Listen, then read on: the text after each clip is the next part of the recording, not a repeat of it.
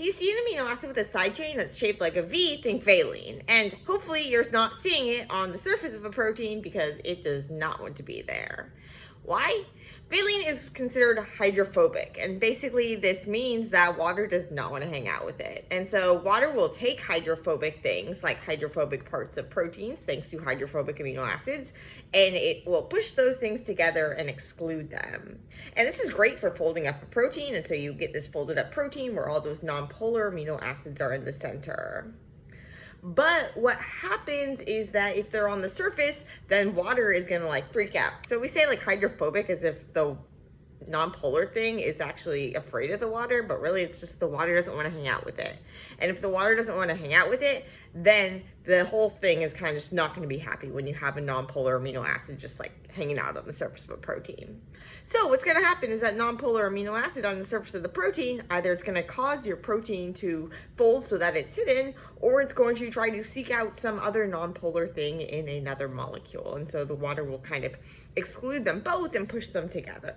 In certain diseases like sickle cell anemia, you get an amino acid that was something that was hydrophilic, so water's like, yeah, I'll hang out with you. So like a glutamate, its charged, water likes that. It's on the surface of your hemoglobin normally.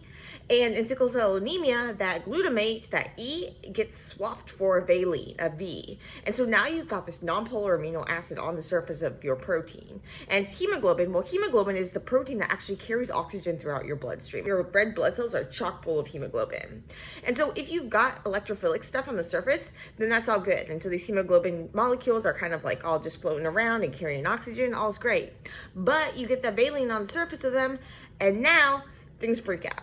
Especially under low oxygen conditions, then you kind of expose a hydrophobic patch on a hemoglobin, and you've got this hydrophobic valine on this other hemoglobin, and they can kind of team up. So under these low oxygen conditions, you form these long polymers, these long chains of these hemoglobin.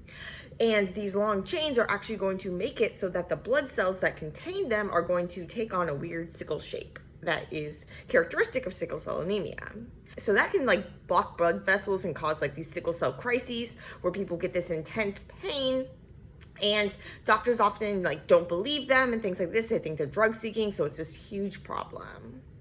Also a problem is the anemia part of things. And so anemia is basically where you have a low blood count. When you have those hemoglobin molecules and they're going through veins where the oxygen is low and arteries where the oxygen is higher, they're going to be like polymerizing and depolymerizing and polymerizing and depolymerizing. So that's the chain forming and unforming and unforming and unforming. And that's just majorly stressing out the cells. And so the cells might actually burst, they die and things like this. And so that causes the anemia